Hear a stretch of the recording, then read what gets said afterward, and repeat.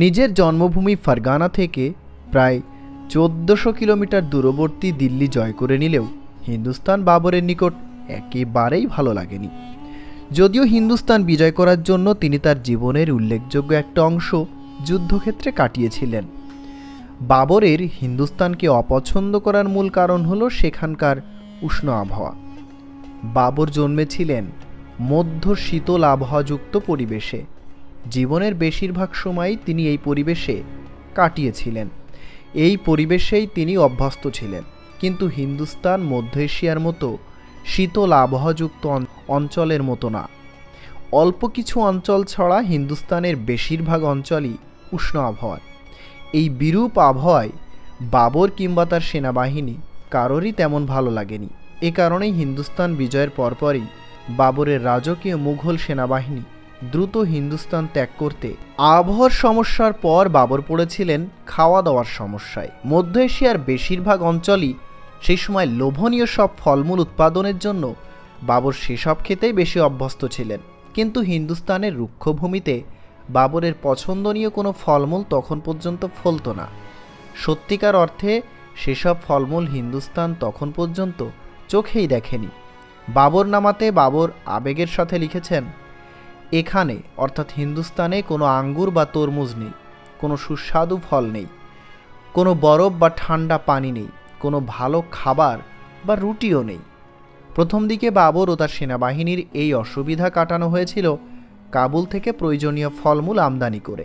পরে মুঘলদের একান্ত প্রচেষ্টায় এসব প্রয়োজনীয় সুস্বাদু ফলমূল হিন্দুস্তানের মাটিতেই জন্মানোর ব্যবস্থা করা হয়। ঐতিহ্যগতভাবেই মুঘলদের বাগান বা উদ্যান প্রীতি সারা বিশ্বে অনন্য এক বিষয়।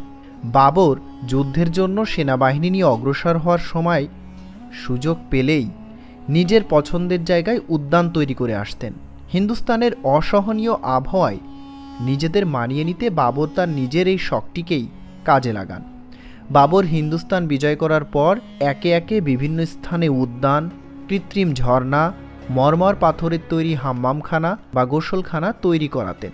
হিন্দুস্তানে নিজের অধিকারকৃত ভূখণ্ডের নানা স্থানে প্রচুর গাছপালা রোপণ করা হতো শুধুমাত্র এই আশায় যে আবহাওয়া যেন মুঘলদের সহনীয় অবস্থায় আসে। কিন্তু এত কিছুর পরও হিন্দুস্তানের এই নতুন আবহাওয়ায় মুঘলরা নিজেদের মানিয়ে নিতে পারলেন না। তারা হিন্দুস্তানের এই বিরূপ আবহাওয়াকে অপছন্দ করতেন। এই কারণেই সুযোগ পেলেই মুঘলরা কাশ্মীরে অবসর যাপন করতে চলে যেতেন। হিন্দুস্তান নিয়ে বাবরের নিজের মতামত বাবরনামায় বেশ স্পষ্টভাবে উল্লেখ করে গেছেন।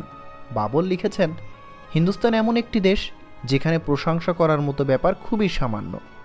এখানের লোকজন দেখতে তেমন সুশ্রী নয়।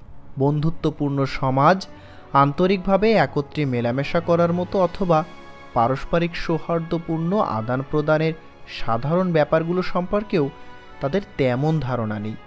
তাদের তেমন মেধা শক্তিও নেই, বোধ শক্তি নেই, আচার আচরণেও সৌজন্যতা নেই, নেই তেমন দয়ামায়া কিংবা সহানুভূতি।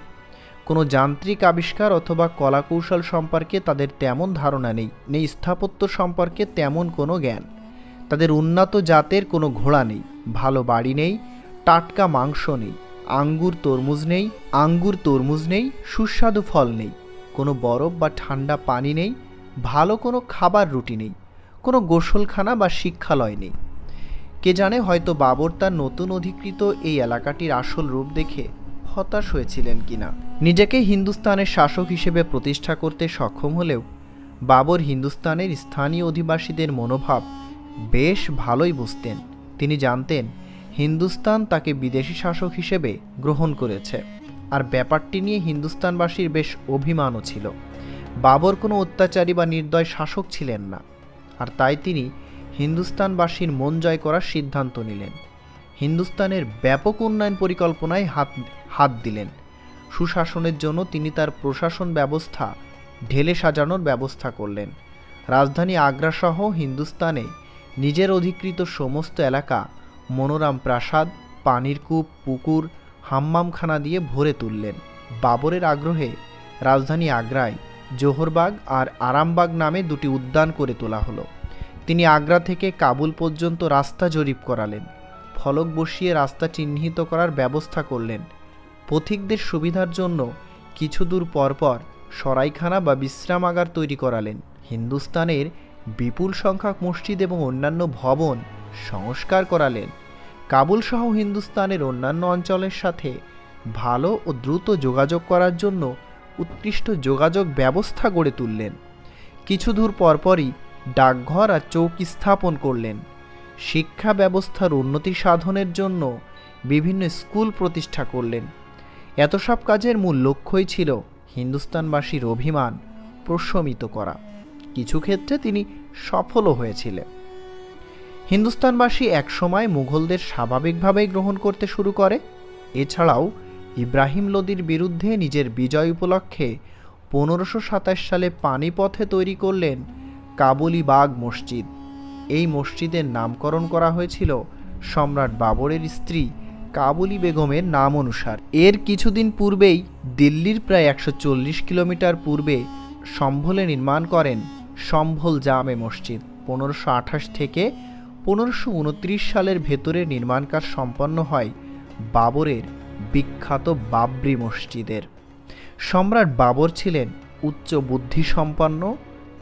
উচ্চ বুদ্ধিমত্তা সম্পন্ন এবং হৃদয়বান একজন শাসক।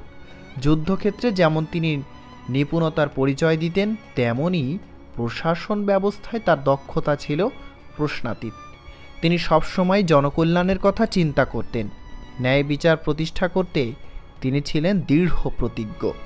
বাবর অনেক কাঠখড় পুড়িয়ে হিন্দুস্তান দখল করতে পারলেও শাসন করতে পেরেছিলেন খুব অল্প সময়। হিন্দুস্তান বিজয় করে যেটুকু সময় তিনি হিন্দুস্তানে কাটিয়েছিলেন তার বেশিরভাগ সময় আবার ব্যয় করতে হয়েছে যুদ্ধক্ষেত্রে ঘোড়ার পিঠে চড়ে। তাই সত্যিকার অর্থে বাবরের শাসনামলে হিন্দুস্তান সত্যিকারের মুঘল ঐতিহ্য বা গৌরব দেখার সৌভাগ্য অর্জন করতে পারেনি। তবে এই ব্যাপারে নিঃসন্দেহে বলে দেওয়া যায়, যদি বাবর আরও কিছু বছর হিন্দুস্তান শাসন করতে সক্ষম হতেন তাহলে হিন্দুস্তানের ইতিহাসে শুধু বিজেতা হিসেবেই নয়, একজন দক্ষ প্রশাসক আর দয়ালু সম্রাট হিসেবেই তিনি নিজেকে প্রতিষ্ঠা করে নিতে সক্ষম হতেন।